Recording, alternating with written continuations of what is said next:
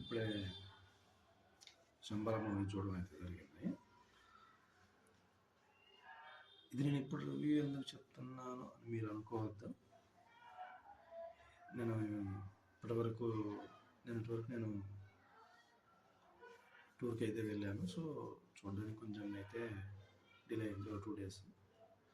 నేను నిన్న ఈవినింగే Shambhala movie matinee show అయితే చూడడం జరిగింది. మూవీ అయితే నాకైతే చాలా బాగుందని అనిపించింది. చాలా రోజుల తర్వాత అది సాయి కుమార్ హిట్ కొట్టాడు అని అనిపించింది. నాకైతే చాలా ఆనందంగా ఉంది.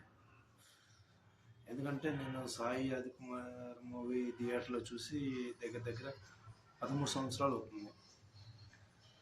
లాస్ట్ మూవీ చూసేది ఇది సుకుమారుడు మూవీ నేను లాస్ట్ థియేటర్లో చూసిన మూవీ. ఎందుకంటే తర్వాత నాకు ఏ సినిమా కూడా చూడాలి అని ఎక్స్పెక్టేషన్స్ అయితే నాకు అనిపించలేదు.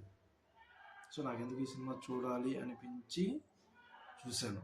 అయితే సినిమా అయితే చాలా బాగుంది.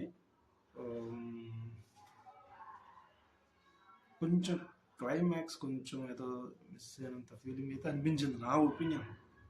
అందరూ ఒపీనియన్ అయితే కాదు, బట్ ఓవరాల్ సినిమా అయితే చాలా చాలా బాగుంది. సో దయచేసి అందరూ సినిమా అయితే చూడండి. సినిమా అయితే ఎక్సలెంట్గా ఉంది.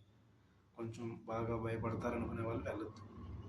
ఎందుకంటే ప్రీ ఇంటర్వెల్ అయితే సూపర్. అసలు నెక్స్ట్ ఏం జరిగిద్ది అనే టెన్షన్ అయితే ఉంటుంది.